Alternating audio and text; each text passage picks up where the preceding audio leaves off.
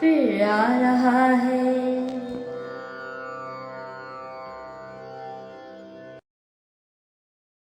ओम शांति। ये रथ मेरा, मैं राजा हूं। बड़ी शान से जीवन सैर करो। ये इंद्रिय है घोड़े, गलत नहीं दौड़े। लगाम मेरे गुरु ने पकड़ी है। मैं मन बुद्धि का साक्षी हूं।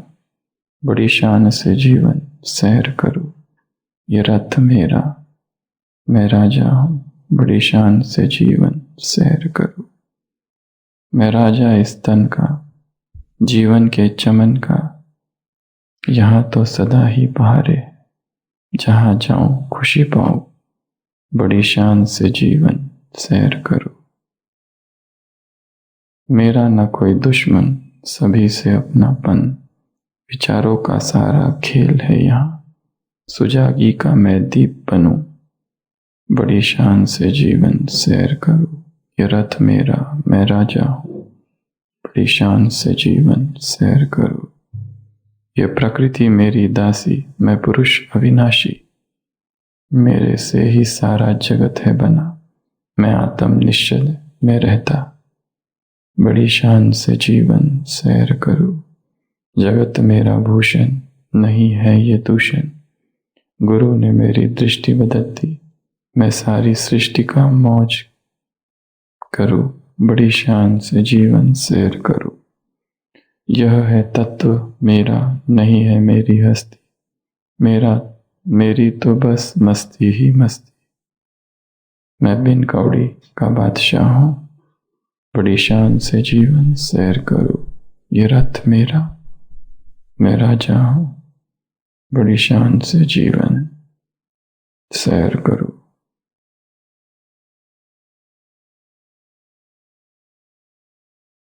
स्मृति।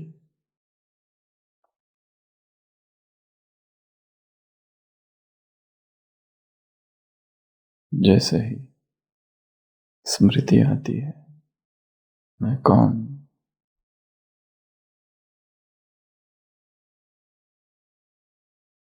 स्वरूप बनने लगता है। स्वरूप परिणाम है स्मृति का।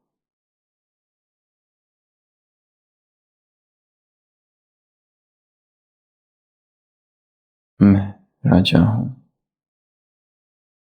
ये इंद्रिया घोड़े, गलत नहीं दौड़े। लगाम मेरे गुरु ने पकड़ी, मैं मन बुद्धि का साक्षी। ये स्वराज्य अधिकारी की अवस्था है।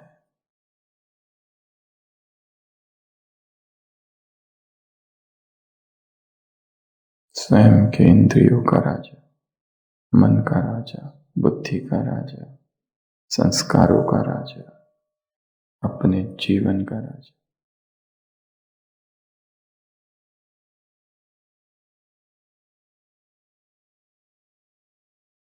स्व पर जिसने अंकुश लगा लिया, वो राजा।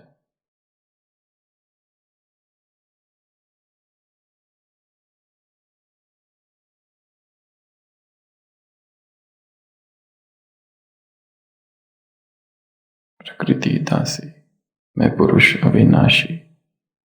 मेरे से ही सारा जगत है बना। ये रथ मेरा, मैं राजा।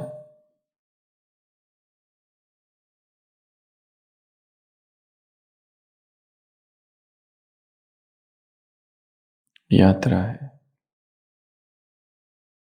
राजा बनने की, स्वामी बनने की, सम्राट बनने की,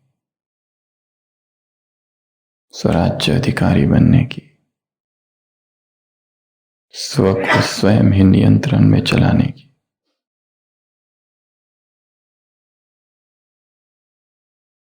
तो इस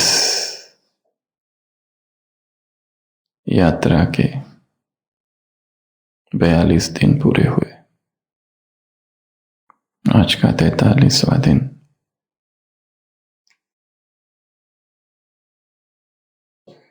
यात्रा बहुत लंबी है। असंभव को संभव करने वाली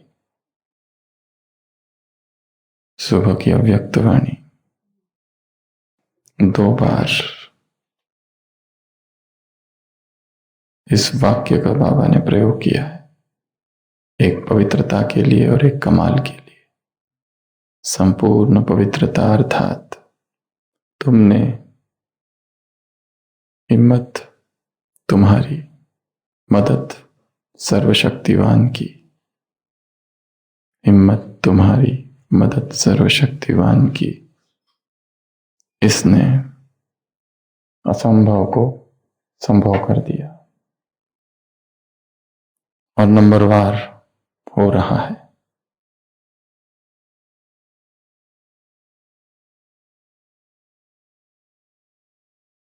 दूसरा कमाल,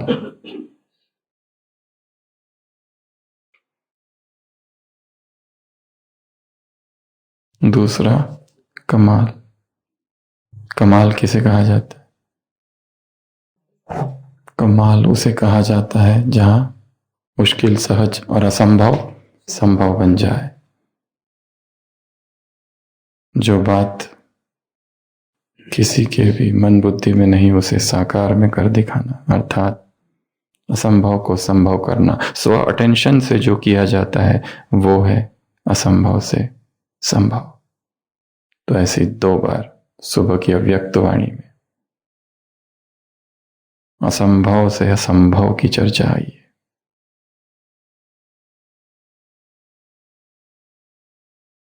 बयालीस दिन की लंबी यात्रा पूरी हुई और आज का 43वां दिन।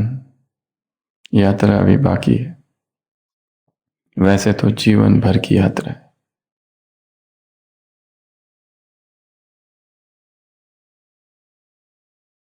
फिर भी 108 दिन हम ऑफिशियली इस यात्रा पर है, अधिकृत रूप से।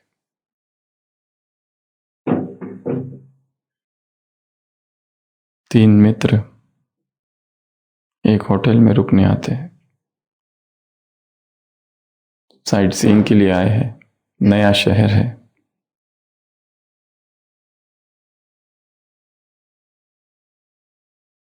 उस होटल का मालिक कहता है, इस होटल का एक नियम है, बहुत आलीशान होटल है, बहुत बड़ा।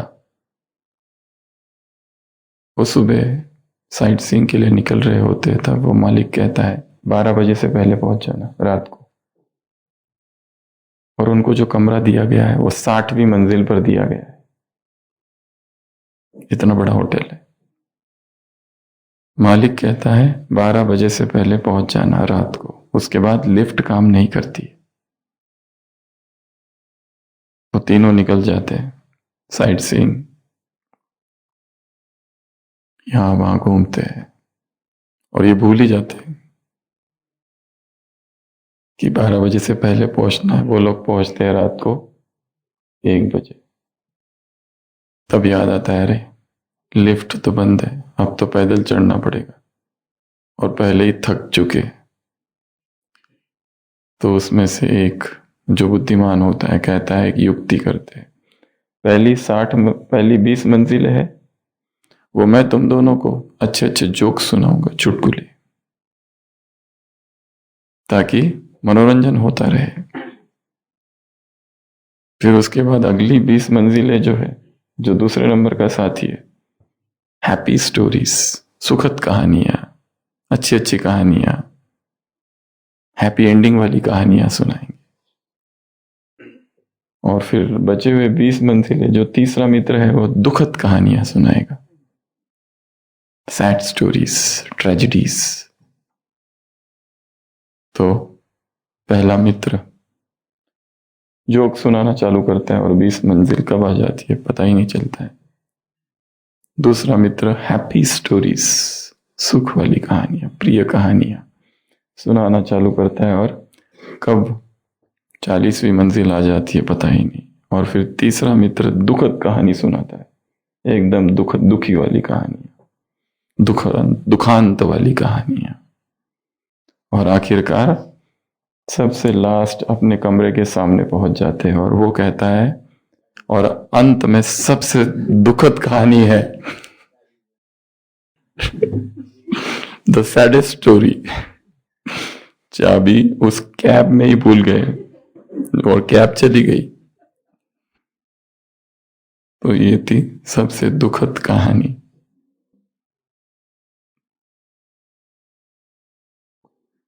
इस प्राणी की यात्रा में भी एक चाबी है जिसको निरंतर साथ लेकर चलना है, नहीं तो सब कुछ करने के बाद भी,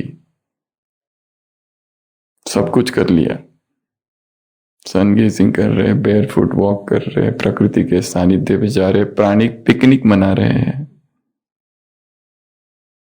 जितने साधन, जितने टूल्स, संसाधनों की हम पिछले इतने दिनों से चर्चा कर रहे हैं, वो सारे साधन, यदि ये चाबी साथ में नहीं है तो खो जाएंगे। कितना ही रसाहार कर लो और कितने उपवास कर लो और कितना ही कच्चा खाओ या कुछ भी खाओ, ये यात्रा जब तक ये चाबी साथ नहीं, तो ऊपर जाके फिर नीचे आना पड़ेगा और पैदल, और फिर चढ़ना पड़ेगा। और वो चाबी है मेंटल रीप्रोग्रामिंग की चाबी। वो चाबी है यहां से जो प्रोग्रामिंग है उसको यहां से बदलना है। नहीं तो 60 मंजिल, हमारे तो 108 मंजिल है, 108 मंजिल चढ़ने के बाद फिर नीचे उतरना पड़ेगा। फिर अभी तक शुरुआत से अब तक जितने टूल्स बताए वो सब धरे के धरे रह जाएंगे। तो हमारी दशा इन 3 मित्रों जैसी ना हो। चाबी कौन सी है? Mental reprogramming. जो मान्यताएं हैं, जो बिलीफ सिस्टम्स है, उसको बदलना। और बिलीफ सिस्टम है कि ज्ञान, खुशी और फूड ये बाहर से आता है, ये सबसे गहरा है। और उसमें से सबसे गहरा है पोषण, न्यूट्रिशन बाहर से आता है। कुछ भी बाहर से नहीं चाहिए, सब कुछ भीतर ही है। सुबह की मुरली, पराया माल अपना माल, बाप का माल रावण का माल। सब कुछ इधर ही है। ये है बिलीफ सिस्टम। इसको बनाना है कि मुझे बाहर से कुछ भी चाहिए नहीं, आवश्यकता नहीं है, बिल्कुल भी आवश्यकता नहीं।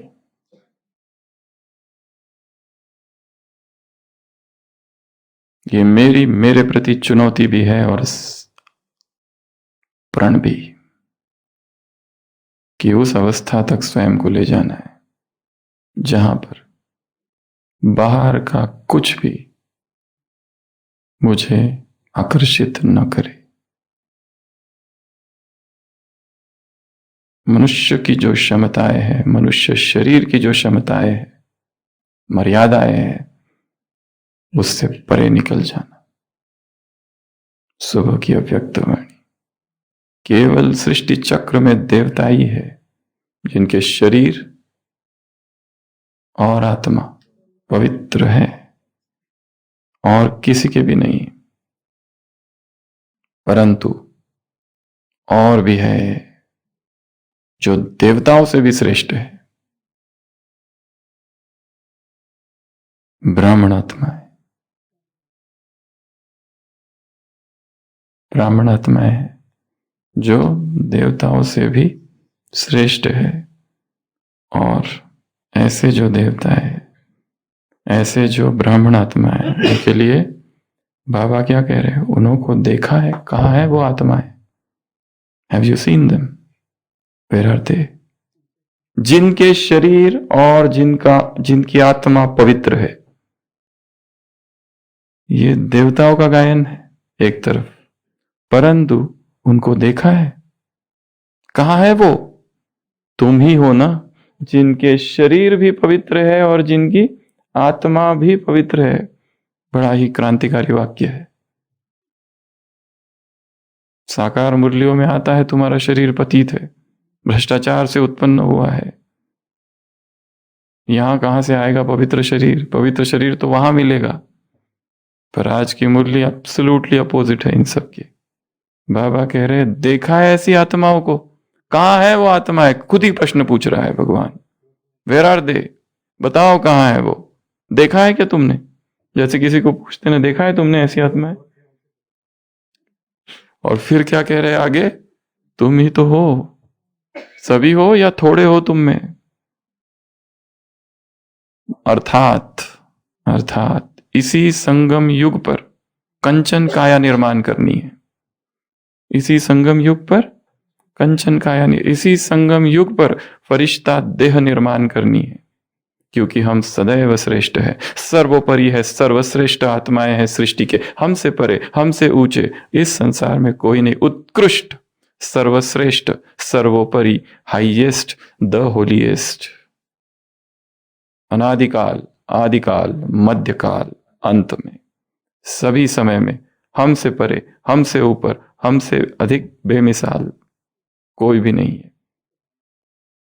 कोई भी हो फिर हो, किसी की भी आत्मा और शरीर दोनों पवित्र हो ही नहीं सकता है।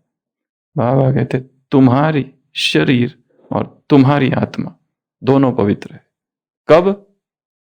अभी, इस समय। ये संपूर्ण यात्रा शुद्धि की यात्रा है, पवित्रता की यात्रा है, होली बनने की यात्रा है, होलीएस्ट बनने की यात्रा है। श्रेष्ठ से श्रेष्ठतर, श्रेष्ठतर से श्रेष्ठतम, पवित्र से पवित्रतर और पवित्रतर से पवित्रतम बनने की ये यात्रा है। Highest, holiest. हमसे अधिक होली कोई हो ही नहीं सकता। क्यों? क्यों? क्यों? क्योंकि किसके संग में हो। केवल कंपनी नहीं, केवल कंपेनियन नहीं, कंबाइंड, नहीं तो फ्रेंडली क्वारल, इंग्लिश शब्द का प्रयोग आया मुरली में। अलोन फील करते हो, double foreigners. Company, companion, combined, triple सी।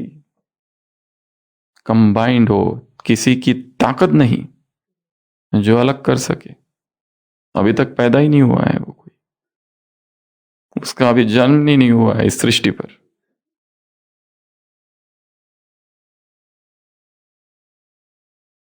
एक बहन कहती थी अभी तक ऐसा कोई संसार में जन्मा ही नहीं जो मेरा अपमान कर सके।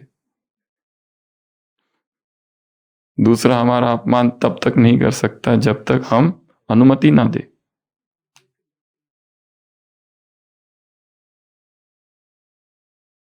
समान में रहो, आज भी कहा है। रूहानी समान, रूहानी नशा है ये अभिमान नहीं है, ये नशा है। नशा बहुत सूक्ष्म है। समान को रिपीट करते जाओ, करते जाओ, करते जाओ, करते जाओ, तो क्या बन जाता है? नशा। धीरे धीरे वो नशा का रूप धारण करता है। नशा बहुत सूक्ष्म है। तो इस यात्रा में गीत में सुना मैं राजा हूं, ये रथ मेरा है, बड़ी शान से जीवन सैर करूं। ये इंद्रिया है घोड़े, गलत नहीं दौड़े, लगाम मेरे गुरु ने पकड़ी है मन बुद्धि, मैं मन बुद्धि का साक्षी हूं, बड़ी शान से जीवन सैर करूं। ये रथ मेरा, मैं राजा। स्व को जीतने की यात्रा है, स्वयं पर आधिपत्य स्थापित करने की यात्रा है, स्वयं को सर्वश्रेष्ठ बनाने की यात्रा है। सर्वश्रेष्ठ हो भी और बन भी रहे हो। जैसे कहा, असंभव संभव करने वाले हो और नंबरवार हो। सुबह की अव्यक्त वाणी, यह है प्यूरिटी। प्यूरिटी कैसे स्थापित की, कैसे पाई तुमने प्यूरिटी? हिम्मत तुम्हारी, सर्वशक्तिवान बाप की मदद। इस आधार पर असंभव को संभव किया। दादी जानकी से मुलाकात, दादी जानकी से मुलाकात। कमाल वो है जो असंभव संभव हो गया, जो मुश्किल था, जिससे कोई सोच भी नहीं सकता है कि ये हो भी सकता है, वो साकार कर दिया। स्व अटेंशन से असंभव संभव किया, पर्सनल पुरुषार्थ से। ये है, इसके लिए लक्ष्य बहुत ऊंचा हो, छोटा मोटा लक्ष्य नहीं रखना है। Not failure but low aim is crime.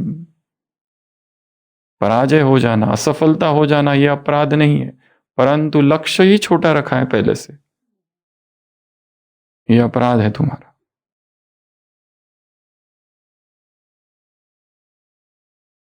तो यात्रा में सभी आगे बढ़ रहे हैं,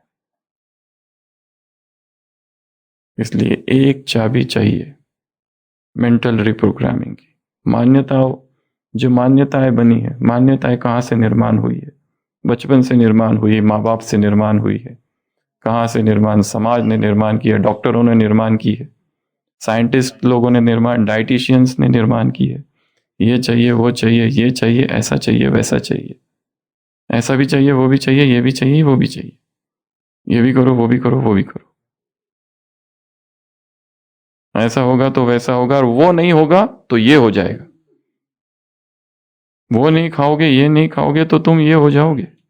ये कितनी मान्यताओं से भरे लोग हैं हम। भय है अंदर, भय। सबसे पहले इन मान्यताओं पर ही कुठाराघात करना है। Let us try, let us experiment. और ये करते करते एक बहुत बड़ी बाधा बीच में आएगी, और उस बाधा का नाम है क्रेविंग। क्रेविंग अर्थात तलब, तलब अर्थात चाह, चाह अर्थात उत्कट इच्छा, लत, आवश्यकता, मांग, चाह, तृष्णा एकदम से आएगी। यात्रा में चल रहे, सब कुछ ठीक ठाक है, अचानक पता नहीं कहां से आ जाती है।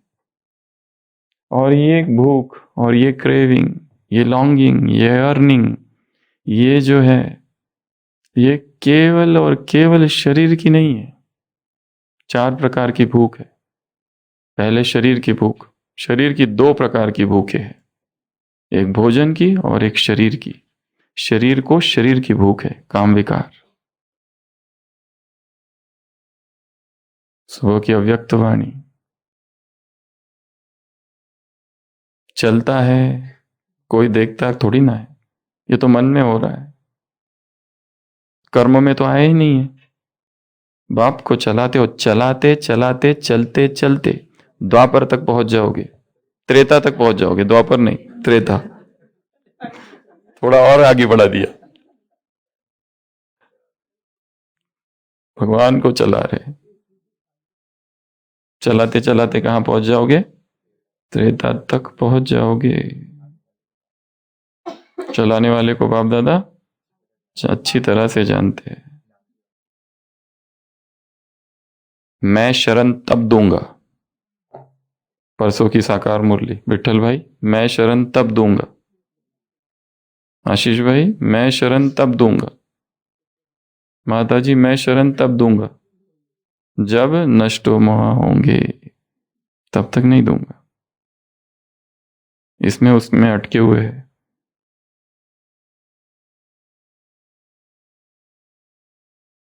तो चलाना नहीं।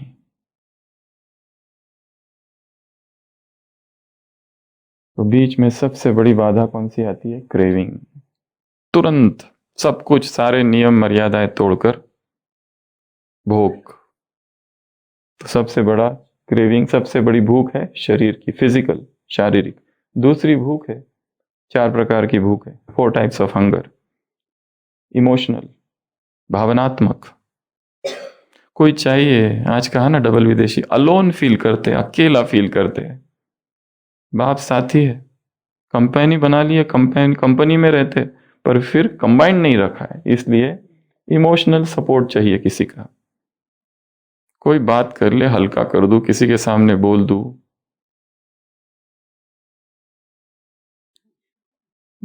एक कंधे की तलाश है बस,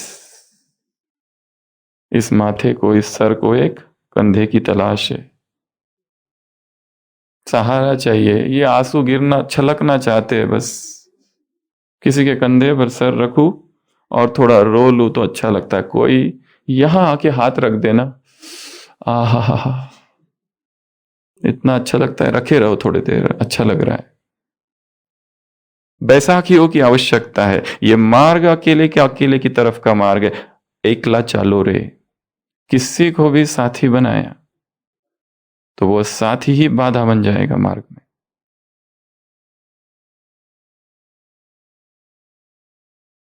अकेले चलना है। द पाथ इज नैरो, जहां में दो ना समाये।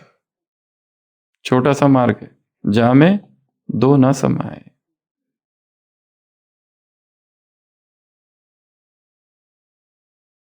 इमोशनल सपोर्ट में गिरा दो, गिरा दो। सन्यास के 3 नियम, जिसमें पिछली भट्टी में चर्चा की थी। पहला नियम, सन्यास के 3 नियम है। पहला नियम, पहला नियम, ब्रेक द ब्रिज। दूसरा नियम, cut the, drown the boat. तीसरा नियम, थ्रो द लैडर। पहला नियम है, बीच में खाई है, इस पार से इस पार आ गए ये सैनिक, बीच में पुल बांधा, उधर आने के बाद पुल को काट दो। अब इस किनारे से उस किनारे आ चुके हैं, अब पुल को काट दो। आज की साकार मुरली, पुरानी दुनिया, पुराने संस्कार, मरा हुआ है वो सब, मृत्यु हो चुकी है तुम्हारी। मृत्यु के पुराने जन्म की बातें है वो। अब नया जन्म, नए संस्कार। सुबह की अव्यक्त वाणी। काट दो पुल को। उस पुल बांध कर इधर आए थे, आर्मी उधर से इधर आई, अब काट दो। अगर जब तक पुल बना है ना, तो आर्मी के मन में है, सेना सोचती है कि अगर दुश्मन हावी हो जाए तो भाग जाएंगे। अब पुल ही काट दिया, अब तो भागने का कोई चांस ही नहीं है। संसार से मधुबन में आ गए, काट दिया, अब उधर जाने का कोई चांस ही नहीं।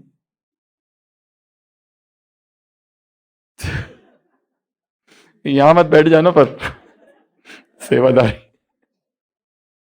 नहीं तो मुश्किल हो जाएगी। ये मन की बातें चल रही है, स्थूल में रहने की नहीं। दूसरा नियम, ड्राउन द बोट। नाव से इस पार में आए हैं, अब नाव आने के बाद नाव को डुबो दो, ताकि वापस उस पार जाने का कोई संकल्प नहीं। Drown the boat. और तीसरा नियम, नीचे से ऊपर सीढ़ी से गए हो, ऊपर पहुंच गए, सीढ़ी फेंक दो, लात मार दो सीढ़ी को। Throw the ladder. Drown the boat, throw the ladder and cut the bridge. ये है सन्यास, ये है तपस्या, ये है वैराग। एक ट्रेन में एक सन्यासी जा रहा है, उसके आसपास गृहस्थी बैठे हुए हैं। वो गृहस्थी पूछते हैं कि हम लोग तो सन्यासी है, हम लोग तो गृहस्थी है, हमारे पास ये सब सामान है, हमारा लगेज। तुम तो सन्यासी हो, तुमने सब कुछ छोड़ दिया, फिर भी इतना बड़ा झोला लेके घूमते हो, अभी तक मोह गया नहीं?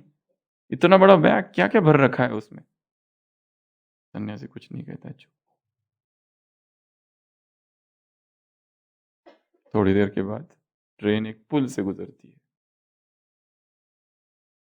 सन्यासी अपनी बैग निकालता है नीचे से और खिड़की से फेंक देता है, और उस व्यक्ति से कहते हैं अब तुम भी अपनी बैग फेंको। वो कहता है मैं क्यों फेंकू, उसमें कितनी बहुमूल्य वस्तुएं हैं। वो कहता है मेरी भी बैग में थी। सन्यासी कहता है यही अंतर है तुम में और मुझ में। मेरे पास भी वस्तु है, परंतु लेश मात्र किंचित भी उसमें राग नहीं है। जब चाहूं तब छोड़ दूं, फेंक दूं, यही अंतर है। तो दूसरी भूख है इमोशनल। कोई व्यक्ति चाहिए, कोई सहारा चाहिए। कहीं जाओ तो लोग हमारी प्रशंसा करें, हमारी महिमा गाए, हमारे स्वागत सत्कार में खड़े हो, प्रेम दे, अटेंशन दे। भूख, ये भूख है किसकी? प्रेम की भूख। स्थूल वस्तु नहीं चाहिए किसी को, प्रेम चाहिए, सम्मान चाहिए, आदर चाहिए, अटेंशन चाहिए, केयर चाहिए, हॉस्पिटैलिटी चाहिए, एप्रिसिएशन चाहिए, एक्नॉलेजमेंट चाहिए। हम अच्छा काम करें तो बहन जी हमारी स्तुति करे, कुमार हमेशा सोचते हैं। और जब सबका नाम लिया जाता है और उनका नाम नहीं लिया जाता है तो हर्ट हो जाते हैं। इतना बड़ा प्रोग्राम हुआ, भाग भाग के बाइक पर हमने सेवा की और हमारा नाम ही नहीं, नाम किसी और का हो रहा है। दुखी हो जाते। जिसने जो किया उसका अपने आप ऊपर जमा होता है, ये क्यों भूल रहे हैं? परमात्मा मशीनरी से इस मशीनरी चल रही है। मुरली की लास्ट लाइन आज की, अपने आप चल रहा है यार, सूक्ष्म वतन की, किसी के सहारे की। ना व्यक्ति चाहिए, ना वस्तु चाहिए, ना वैभव चाहिए, ना कोई नहीं चाहिए। तुम्हारा मुझे कुछ भी नहीं चाहिए। Woman I don't need you, man I don't need you, get lost.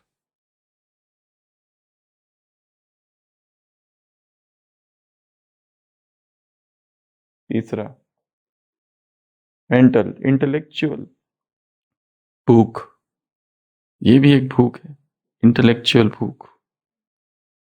और अहंकार भरी भूख है ये इंटेलेक्चुअल। और डिग्रियां, और ये और वो चाहिए, ये चाहिए, वो चाहिए, बहुत कुछ चाहिए।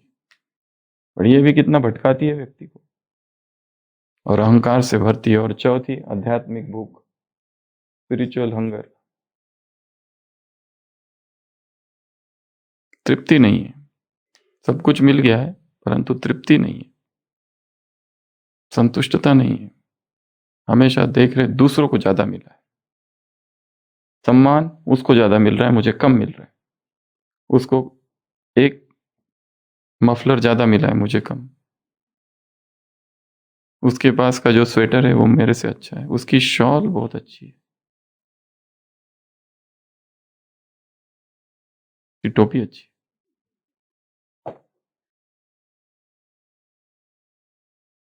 क्रेविंग, क्रेविंग को कैसे मिटाए? और सबसे बड़ी क्रेविंग आज हम चर्चा करेंगे, ये जो भूख है, फिजिकल हंगर। अगर उस पर काम किया जाए तो ये बाकी सारी क्रेविंग्स अपने आप चली जाती है। उसके कुछ विधियां हैं। सबसे पहली, जिनको दिन रात क्रेविंग होती रहती है, तलब होती रहती है, कुछ ना कुछ खाऊं, ये खाऊं, वो खाऊं, कुछ ना कुछ मिले, भूख ही भूख, भूख का प्रकोप, भौचाल आ गया है भूख का। दिन रात खाऊं खाऊं खाऊं, इतना खाऊं क्या खाऊं, पर पेट तो भर जाता है पर मन नहीं भरता, मन भरता ही नहीं।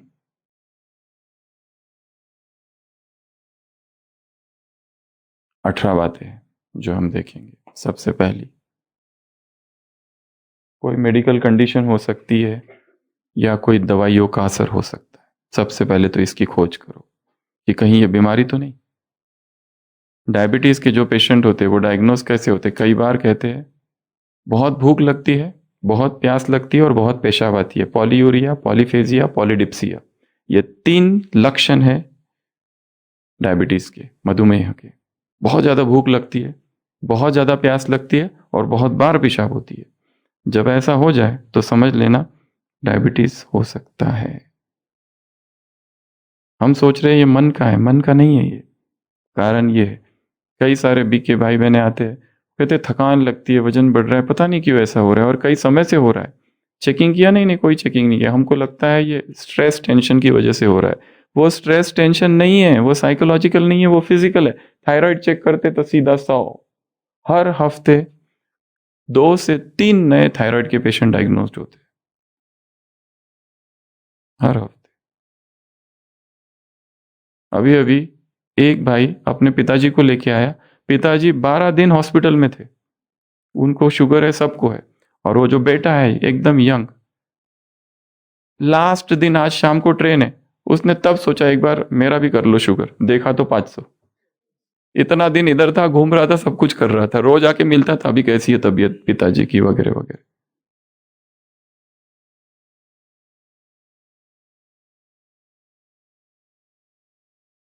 तो सबसे पहला कारण है, जो 40 साल के ऊपर है हर साल में एक बार फुल मेडिकल चेकअप होना चाहिए। और जो 40 साल से नीचे है, अगर उनको लगता है कोई तकलीफ है तो तुरंत एक बार कंप्लीट चेकअप, ताकि पहले ये श्योर हो जाए कि मेडिकली हम फिट है, to be on the safer side.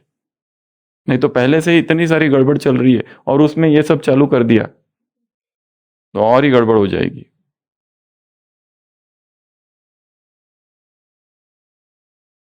Metabolic syndrome x. तो सबसे पहला मेडिकल चेकअप। दूसरा ये मेडिकेशन या फिर कोई दवाइयों का असर हो सकता है। बहुत सारी दवाइयाँ ऐसी है कि जिससे भूख अपने आप ही बढ़ जाती है।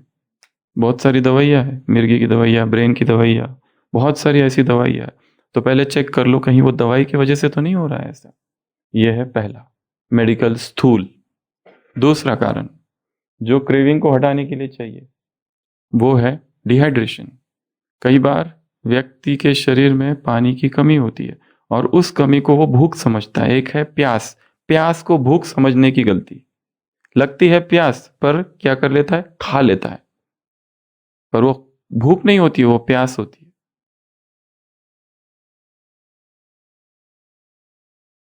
भूख और प्यास। भूख लगे तो पहले थोड़ा सा पी के देखो पानी, हो सकता है कि उसके बाद भूख ही ना लगे, और हो सकता है कि डिहाइड्रेशन था शरीर में। मैक्सिमम ये होता है क्योंकि लोग दिन भर इतना ठोस चीजें लेते रहते हैं कि उसको डाइजेस्ट करने के लिए पानी चाहिए। पानी मांगता है शरीर, और जब नहीं दिया जाता है तो फिर मुश्किल होती है। जितना ठोस लेंगे उतना पानी ज्यादा चाहिए, जितना तरल लेंगे उसमें पानी नहीं चाहिए फिर। तीसरा कारण नींद। नींद अगर कम ले रहे हैं तो बार बार भूख लगती रहती है। पर्याप्त निद्रा नहीं हो रही है किसी की तो दिन भर में भूख लगती रहती है। जिसमें अच्छे से नींद हो जाए, एकदम फ्रेश नींद, तो फिर भूख नहीं लगती। Sound sleep. चौथा जंक फूड, 4S। ये 4S जहां होंगे वहां भूख ही भूख है।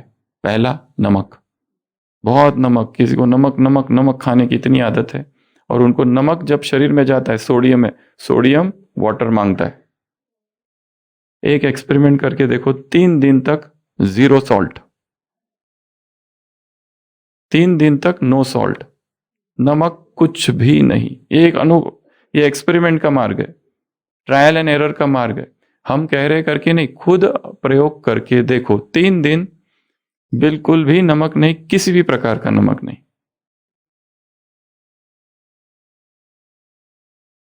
देखो क्या होता है। तीसरे दिन आते होते होते पता चलेगा प्यास ही नहीं है, ना तो भूख है, प्यास भूख दोनों क्रेविंग चला गया है, बिल्कुल भी नहीं रहा क्रेविंग। अर्थात जो क्रेविंग था वो किसका था, नमक का था। दूसरा है शुगर। तीसरा है स्पाइसेस, मसाले। ढेर सारे, कितने मसाले डालते पता नहीं लोगों को। ऐसा होता है क्या डालूं और क्या नहीं, खुद बनाते हैं तो सब डाल दो, ये भी डालो वो भी डालो, इलायची भी डालो वो भी डालो, जवंग वो वहाँ धनिया भी डालो, ये भी डालो, लवंग भी डालो, सब डाल दो। जो जितने डिब्बे हैं ना, छोटे छोटे छोटे छोटे छोटे, पकड़ पकड़ के सब डाल दो उसमें, फिर भी लगता है कम ही है। गरम मसाला डालो, ठंडा मसाला डालो, चाट मसाला डालो, एवरेस्ट वाला डालो, घर का बर्फ बनाया वाला डालो, इलायची डालो, उसके स्पाइसेस जितने ज्यादा उतनी भूख ज्यादा। उसके बाद में स्पार्क। स्पार्क अर्थात फायर। जितना पका पकाया होगा उतनी भूख ज्यादा, जितना आग पर चढ़ाया होगा उतनी भूख ज्यादा। सन कुक्ड अगर होगा तो भूख कम, प्यास भी कम।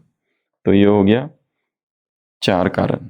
पहला बताया, पहले फिजिकल चेकअप एक बार कर लो, मेडिकल चेकअप पूरा कर लो और ढूंढो कोई दवाई तो नहीं है ऐसी जिसकी वजह से ये हो रहा है। दूसरा डिहाइड्रेशन, पानी की मात्रा पर्याप्त हो। तीसरा स्लीप, नींद पर्याप्त हो। चौथा जंक फूड। उसके बाद में पांचवा पांचवा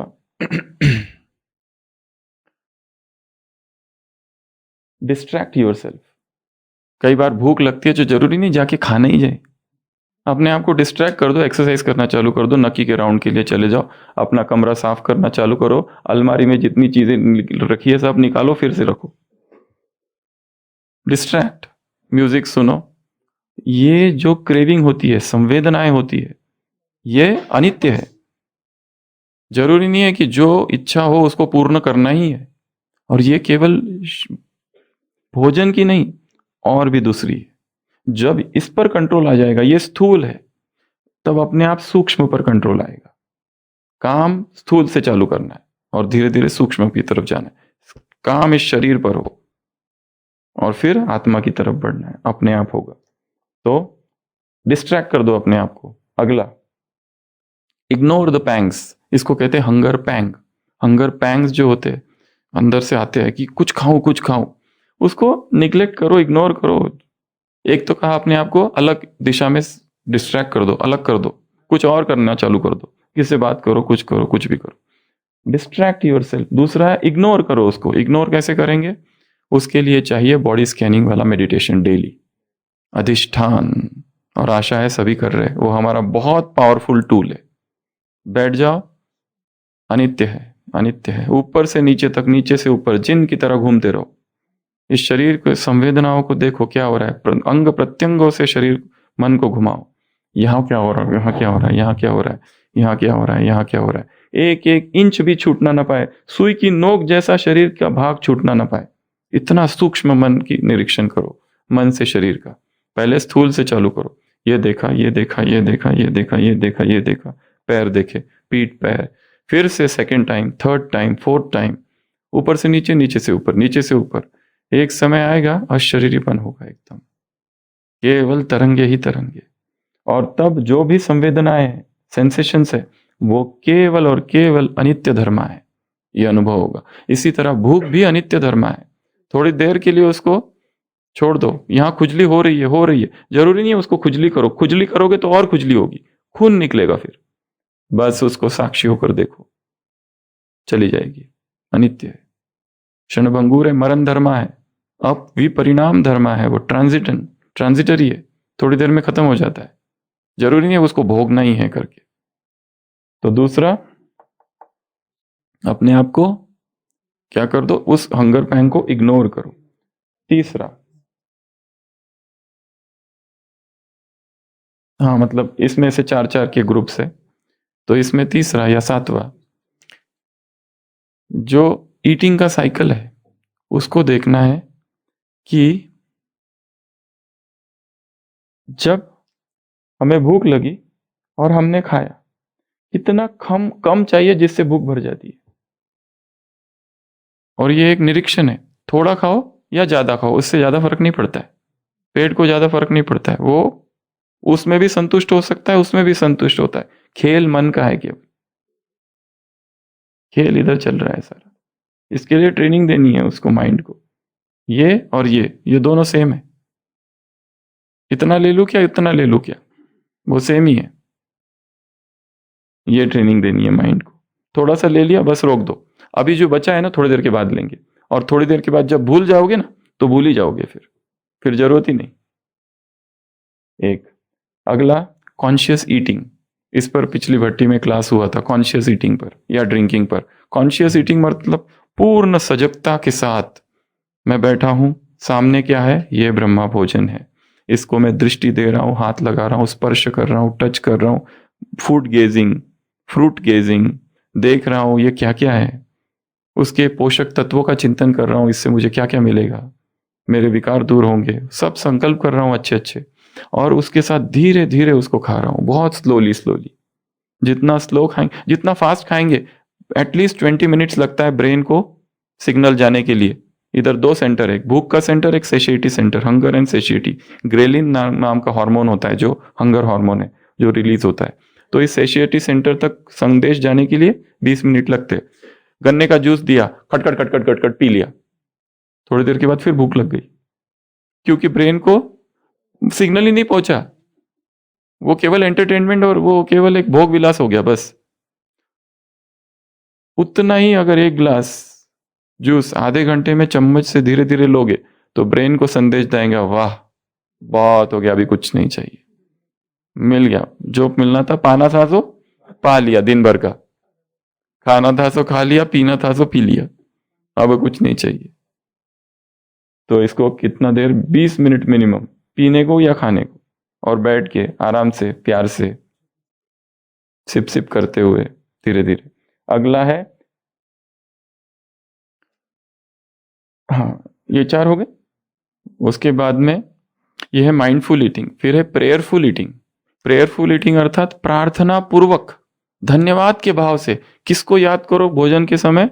उस जमीन की, उस किसान को, वहां से चालू करो। उसको धन्यवाद, उस धरती को धन्यवाद, जो जो जिसने जिसने ये जिसने बनाया, जिसने छाना, जिसने भोग लगाया, बाप को, सब सब सबको धन्यवाद के भाव से भर दो, अहोभाव से भर दो। इतना धन्यवाद का भाव अंदर हो, उसके साथ उसको स्वीकार करना, तो अपने आप ही कम क्रेविंग कम हो जाएगी। हमको क्रेविंग जब होती है तो हम क्या करते, तुरंत खा लेते, खड़े खड़े खाते और फास्ट खा लेते, बस जल्दी जल्दी में उतना देर के लिए शांत हो जाता है वो, बस। और थोड़ी देर के बाद फिर से राक्षस उभर कर बाहर आता है। अंदर एक राक्षस बैठा हुआ है हर एक के अंदर, अंदर लड़ाइयां चालू है दोनों की।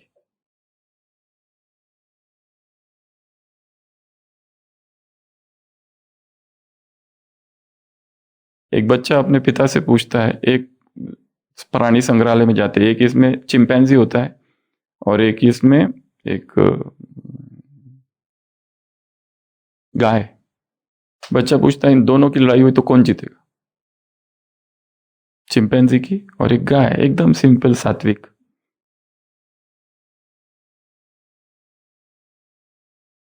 तो पिताजी कहते हैं ये दोनों जो है ना हमारे अंदर है, और जीतेगा वो जिसको तुम भोजन दोगे ज्यादा। आप भोजन गाय को दे रहे हो या चिंपैंजी को? अपने अंदर के देवत्व का पोषण कर रहे हो या अपने अंदर के राक्षस का पोषण कर रहे हो? उस पर निर्भर करता है किस समय कौन जीतता है। Prayerful eating. उसके बाद में अगला, एपिटाइट सप्रेसेंट्स का प्रयोग करो। ऐसे बहुत सारे चीजें हैं जो एपिटाइट को कम कर देता है, जैसे डेट सिरप, खजूर। ये इस यात्रा में बड़ा इंपॉर्टेंट है। जिसको भी इस यात्रा में आगे बढ़ना है, खजूर पेस्ट, खजूर सिरप, रात में खजूर भिगो के रखो, सुबह बीज निकाल दो, छान लो, खजूर पेस्ट रेडी, और उसको यूज करते रहो। जब भी भूख लगे 2 चम्मच पानी में डाल के पी लो, भूख शांत। बाकी जंक खाने से अच्छा, वो मुरमुरा खाने से अच्छा, वो सैंडविच खाने से अच्छा, ये ठीक है। दूसरा ग्रीन टी, हर्बल टी, ये भी एपिटाइट को सप्रेस करता है। अगला सन गेजिंग, सूरज को देखते रहो, सुबह देखो शाम को देखो, जब भी समय मिले, सुबह शाम में, पर सुबह या शाम, दिन में नहीं, जब अल्ट्रावायलेट रेज और UV rays, IV IR rays नहीं रहे। दिन में देखना है, आंखें बंद करके भी देख सकते हैं, ये भी कोई कोई लोग कहते हैं।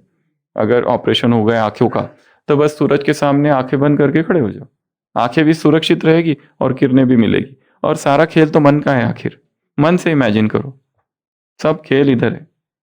कोई कहता है हवाई जहाज में जा रहे तो धरती पर नंगे पांव कैसे चलेंगे? चल सकते हैं, हवाई जहाज में बैठकर भी चल सकते हैं। खेल तो मन का है ना, मन से इमेजिन करो मैं चल रहा हूं, खत्म। 4 धाम की यात्रा रोज कर सकते हो, जरूरी नहीं है मधुबन में जरूर रहना है। तो क्या बताया? एपिटाइट सप्रेसेंट, एपिटाइट अर्थात भूख को कम करने वाली बहुत सारी चीजें ऐसी, ये सारी चीजें। अगला, उसके बाद में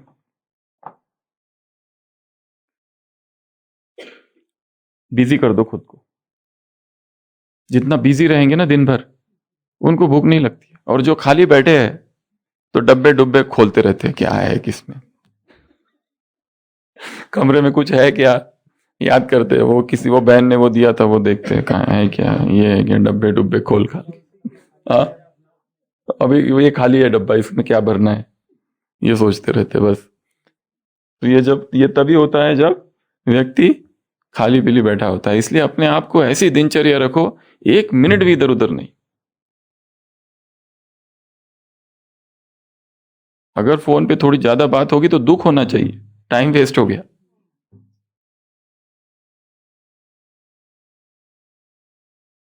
बिजी कर दो खुद को, ये सबसे बेस्ट है। और एक एपिटाइट सप्रेसेंट और है, ब्रश करना। क्या करना है? भूख लगने के बाद बाथरूम में जाके ब्रश करना चालू कर दो। एनिमा भी एक मेथड है कि जिससे एनिमा लेने के बाद में सीधा खाने की इच्छा नहीं होती। अभी अभी एनिमा लेके पूरा साफ किया, तुरंत कुछ करो, ये बिल्कुल नहीं होगा। Enema is one of the methods. Brush कर लेना, ये भी एक मेथड है। कई लोग कहते हैं, साइंस कहता है ब्लू रंग की प्लेट यूज करो तो भूख कम होती है। अभी हमने नहीं किया है, फिर लिखा है। फिर कहते हैं ये जो है ना पिन्ना, ये अकुपंक्चर पॉइंट है भूख का, इसको दो ऐसे, ये ऐसे ये पॉइंट है, इसको दबाते जाना ऐसे, इससे भी कम होती। तो क्या बताया, बिजी कर दो खुद को, बिल्कुल भी कहीं पर भी व्यर्थ का के लिए टाइम ही नहीं है। उसके बाद में think of benefit of non eating. न खाने के क्या क्या फायदे हैं। जिस दिन 6 घंटा नहीं खाया था कितना ठीक था, सब कुछ ओके। जैसे खाया लूज मोशन चालू हो गया तो कुछ हो गया, उसके फायदे का चिंतन करते रहना। और ये चिंतन ऐसे नहीं कि पर्टिकुलर टाइम पे, दिन भर चलते फिरते उठते बैठते। उसके बाद में ये भी चिंतन करो ओवर ईटिंग से क्या क्या नुकसान हुआ था। जिस दिन ज्यादा खा लिया था उस दिन खट्टी खट्टी डकारें आती है यहाँ पे सुबह सुबह, पूरा ऐसी जहर करते रहते ऐसे, अमृत वेला यहाँ डकारें आती है। अनयूजुअल टाइम पर मोशन, अमृत और चालू है उसके 4:30 बजे उठ के बीच में से जाओ, मुरली से उठ के बीच में जाओ, ड्यूटी से उठ के बीच में जाओ, कितनी गड़बड़ होती रहती है। ट्रैवलिंग में तो फिर बात मत पूछो, ट्रैवलिंग में तो बहुत ही हालत खराब। इसके लिए ट्रैवलिंग का नियम बताया है, न खाना न पीना। यात्रा करते समय सबसे अच्छा नियम है, अभी संकल्प दे मन को, 10 बजे ट्रेन है, दूसरे दिन 10 बजे पहुंचने वाली है, जो खाना है 10 बजे बैठ के खा लिया। अब ट्रेन में हम चढ़ने वाले हैं, ट्रेन के अपवित्र दूषित वातावरण में मुझे मेरे शरीर में कुछ भी नहीं डालना है। संकल्प कर लो, सीधा शक्तिशाली संकल्प, कंप्लीट निर्जला। अगर नहीं हो सकता है तो ऑप्शन 1 पानी, ऑप्शन 2 फ्रूट्स, ऑप्शन 3 अंकुरित भेल जूस, ये सब लेके जाओ। सैंडविच खाया तो फिर प्यास लगेगी। यात्रा फीकी फीकी नहीं है, ये यात्रा के आनंद को ढक लेता है भोजन। यात्रा तो रियल यात्रा तभी है जब आप अप्रिशिएट करो एक एक आत्मा जो है, उसको आप सकाश देख सकते हो इतनी शांति से। जैसे भोजन चला जाता है, मुरली सेंटर क्या करते हैं हम, सबसे पहले उठते हैं, फिर मुरली पढ़ते हैं, और मुरली पढ़ते समय भी ध्यान किस पे होता है, डब्बे डुब्बे कितने होते हैं सारे, फटाफट निकलते हैं। बेचारे दूसरे पैसेंजर भी देख लेते हैं, ये क्या है, ये लोग ये क्या है इनका, इतने डब्बे खाने के, आश्चर्य होता है उनको। बेचारों का इतना छोटा सा एक डब्बा होता है, उपमा बिपमा खा के, और ये बीकेस का निकालते हैं ऐसे, एक चटनी निकलती है, फिर वो निकलता है, फिर वो निकलता है, उनको भी देते हैं, वो भी खुश होते हैं, वो भी अच्छी बात है। बट सबसे बेस्ट है ट्रैवलिंग में भूख ना लगे प्यास ना लगे, ये सबसे अच्छा है। अगला है एनवायरनमेंट। एक आनंदी माँ है, सन्यासिनी है, हिमाचल में रहती है, अभी भी रहते हैं, और एक दो बार हमारी बातें होती रहती है उनसे। एक बार हुई है बातें, उन्होंने अभी अभी बीच में 15 दिन का निर्जला किया, 15 दिन ना खाना ना पीना। उनका आश्रम है, हमने शिमला में है। हाँ, तो हमने पूछा आनंदी माँ से कैसे किया आपने, ये थोड़ा अनुभव सुनाओ। तो उसका अपने गुरु के प्रति बहुत श्रद्धा है, उसने अपने पहले शरीर को तैयार किया। उसने कहा 10-15 दिन तो मैंने कच्चा खाया, फिर जूसेस पे रही, और फिर जिस दिन 15 दिन करना था गुरु का आशीर्वाद लिया। गुरु तो अभी नहीं रहे, आश्रम चलाती है, आश्रम अकेली चलाती है, सन्यासिनी है, बाल ब्रह्मचारिणी है। उसके आश्रम पर बहुत से लोग आते हैं। तो वो कहने लगी कि ये पूरा दिन श्रद्धा और भक्ति से सब कुछ किया उसने, गुरु का बार बार आह्वान किया, तलब होती थी भूख की, परंतु बिल्कुल जाप करती थी, मंत्र जाप और वो सब। पर उसने, हमने पूछा आपको कोई माया आई क्या इस बीच में, 15 दिन निर्जला करना बड़ा पुरुषार्थ है, ड्राई फास्टिंग, ना खाना ना पीना, 15 डेज का। हमने कहा कोई माया आई, उसने कहा एक माया रोज आती थी। क्यों? क्योंकि उसको भोजन बनाना पड़ता था भक्तों के लिए, जो आश्रम पर जो भक्त आते हैं उनके लिए उसको। तो उसकी जो सुगंध जो अंदर जाती थी ना वो कहती थी तब इच्छा होती थी। तो एक कारण है क्रेविंग का एनवायरनमेंट, भोजन का दर्शन, भोजन की खुशबू। अभी खाने की इच्छा नहीं है, पर पीछे वाले ने सैंडविच का बॉक्स खोला, पूरा नासापुटों में चली गई सुगंध। पुराने पता नहीं किस जन्म के सारे संस्कार खुलने लगे। बस अब इंतजार है कि वो पूछे खाएंगे क्या, और वो पूछता है खाएंगे क्या, हम कहे नहीं नहीं नहीं जरूरत नहीं है, अच्छा ठीक है दे ही दो। मतलब ऐसे, इधर से ना, इधर से हाँ, इधर से ना, इधर से आने दो। और जब भी 4 लोग खा रहे हो, मीटिंग चलती है ना मेडिकल में हमारे इधर, तो अगर कोई कहता है ना, जो परोसने वाला तो आज से कहते अरे डॉक्टर साहब को दो ना, मतलब मुझे भी दो। जब मुझे चाहिए तो क्या कहा जाता है, अरे इनको दो ना, अर्थात मुझे दो। टेक्निक है ये। खुद नहीं बोलते कि मुझे चाहिए, क्योंकि अच्छा नहीं लगता ना, क्योंकि जब ऑफिशियल मीटिंग होती ना, इतू इतू सा खाते हैं लोग, भूख ही नहीं, प्यास कुछ भरता ही नहीं पेट, क्योंकि अच्छा नहीं लगता ज्यादा खाना। ब्रेड इतू सा टुकड़ा, तो जूस इतू सा, अगर अकेले रहे तो सब मिलके खा लेगा आदमी, तब कहीं प्यास भूख भरती है, तृप्ति होती है। पर क्या करे, मर्यादा है। तो अगला एनवायरनमेंट, इसलिए इस यात्रा में ज्यादा भोजन को देखते नहीं रहना, यूट्यूब पर रेसिपी सर्च नहीं करना, नॉट अलाउड। खुशबू लेते नहीं रहना, स्मेल, अपीयरेंस, टेस्ट, ये सब हमारे पूर्व कितने जन्मों जन्मों के संस्कार जुड़े हुए हैं। वो खिचड़ी देखते ही सीधा बचपन में माँ ने जो खिलाई था वो याद आ जाता है। तो एनवायरनमेंट। अगला इमोशनल स्टेबिलिटी, जब हमारे इमोशंस डिस्टर्ब्ड होते हैं तब भूख लगती है। हाँ, वो एक तपस्या है, वो तपस्या है। वो कहा ना, वो आनंदी माँ को हमने यही पूछा आप कैसे करते थे, वो कहती थी बस गुरु का आशीर्वाद, गुरु की श्रद्धा, मंत्र जाप, उसी से उसने 15 दिन किए। उसके बाद इमोशनल स्टेबिलिटी, जब हम टेंशन में होते हैं, स्ट्रेस होते हैं, डिस्टर्बेंस होता है, कोई अपमान करता है, कोई डिस्टर्ब करता है, हम कमरे में आते हैं, क्या सोचते हैं, इतना डिस्टर्ब चल रहा है सब, हम भूख से उस स्ट्रेस को कम करना चाहते हैं। ये वैसा ही है जैसा कोई, किसी की माँ मर गई, बाप मर गया, पिताजी कुछ भी हो गया, पत्नी मर गई, दारू पीते। किस लिए पीते व्यक्ति दारू? अपने दुख को दूर करने के लिए। एक व्यक्ति से एक व्यक्ति पूछता है तुम दारू क्यों पीते हो? क्योंकि कहता है इतने प्रॉब्लम्स है दुनिया में, इतने प्रॉब्लम्स है मेरे जीवन में, पत्नी इतना परेशान करती है, बच्चे परेशान करते हैं, इसलिए दारू पीता हूँ। तो कहता क्या दारू पीने से ये परेशानी ठीक हो गई? बोलते नहीं, परेशानियों ने दारू में तैरना सीख लिया अभी, इसलिए वो नहीं मरती अभी। अगला फूड का टाइम टेबल बना लो एक, अपने आप को संकल्प दे, अभी मुझे जो खाना है सीधा 10 बजे खाना है, उसके पहले कुछ नहीं, तो सीधा मन मानेगा। अगर कोई टाइम टेबल नहीं दिया, गए जो दिखा खा लेंगे, हाथ तो ऐसा झपटा मारा और गया अंदर। कुछ भी दिखता है, काजू दिखे खा लिया, सिंगदाना दिखा खा लिया, बिस्किट दिखा खा लिया। बिस्किट का एक पैकेट रखो खुला हुआ, और सोचो कि मुझे 2 खाने, कभी नहीं खाएगा, पूरा खत्म करके ही दम लेंगे, क्योंकि खुला है वो लोग सिनेमा देखने जाते हैं, सिनेमा घर में पॉपकॉर्न खाते, क्या भूख रहती है इसलिए खाते? नहीं, वो हाथ अपने आप ऑटोमेटिक चलते पॉपकॉर्न खाने के लिए। अगला फूड का टाइम टेबल। फिर उसके बाद में बॉक्स ब्रीदिंग, ब्रीदिंग करो, जैसे ही भूख लगती है डीप ब्रीदिंग चालू करो, बॉक्स ब्रीदिंग जो समझाया था, 1 2 3 4, 1 2 3 4, 1 2 3 4, 1 2 3 4, 1 2 3 4 श्वास लेने के लिए, 1 2 3 4 श्वास रोक के रखना, 1 2 3 4 श्वास छोड़ना, 1 2 3 4 श्वास बाहर रोक के रखना। सिंपल है, स्क्वायर ब्रीदिंग, इसकी कई बार चर्चा हो गई है। उसके बाद में मेडिटेशन, मेडिटेशन अर्थात जितना अधिक मेडिटेशन हम करेंगे भूख अपने आप कम हो जाएगी। याद की यात्रा, ये बहुत पावरफुल टूल है। कितने हो गए? हो गए पूरे? नहीं हो गए, 18 हो गए, हो गए। तो ये ऐसी 18 मेथड्स है जो कि हमें क्रेविंग से क्या कर देंगे, मुक्त करेंगे। किसी को पोएम सुनानी है ना, पोएम गीत, हाँ आ जाओ, पोएम सुनानी, पोएम लिखी है बहन जी ने, प्राणिक पोएम। हाँ इसी में, यह साथ मेरा मैं राजा, बड़ी शान से जीवन सैर करूं, इंद्रियों का स्वामी बनना इतना आसान नहीं है,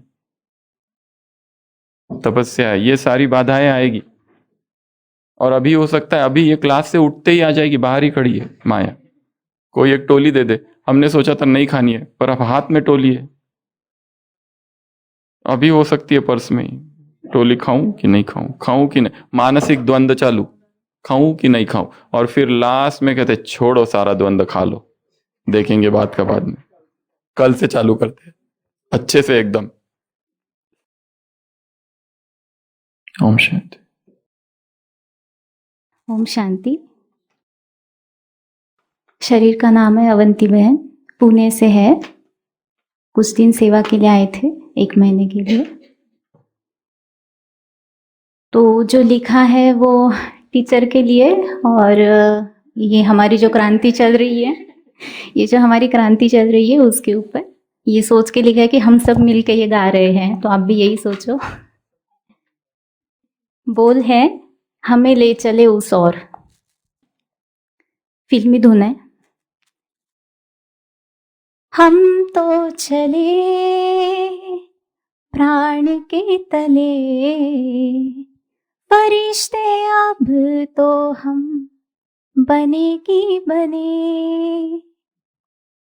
हाथों में लिए मशाल ये जले, तपस्या के मार्ग पर अब शपथ ये लिए। आपने जो ये क्रांति रची, साथ हम चले प्राण के तले। हमें ले वो चले हैं उस ओर, जहाँ ना हो काया का कोई शोर। हमें ले वो चले हैं उस ओर, जहाँ ना हो काया का कोई शोर। धन्यवाद आपका हाथ हमको दिया, काफिला ये चला पर्व क्रांति का उठा। जागे अरमाने पद जो आगे बढ़े, आसमां और जमीन अपने संग संग चले।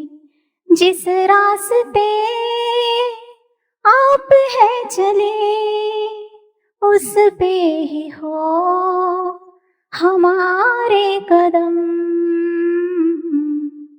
हमें ले वो चले हैं उस ओर, जहाँ ना हो साकार का कोई शोर। हमें ले वो चले हैं उस ओर, जहाँ ना हो साकार का कोई शोर। पालना जो मिली है बहुत ही जची, सराखों पे रखे सबूत देंगे सही। चल उठा सिलसिला दिया दिल में जला, आशियाना मिला पंख में फूल खिला। रंग लाएगा क्रांति का सफर, बादल हटे आए मंजिल नजर। हमें ले वो चले हैं उस ओर, जहाँ आए मंजिल ही नजर। हमें ले वो चले हैं उस ओर, जहाँ ना हो जहाँ आए मंजिल ही नजर। हमें ले वो चले हैं उस ओर, हमें ले वो चले हैं उस ओर। ओम शांति।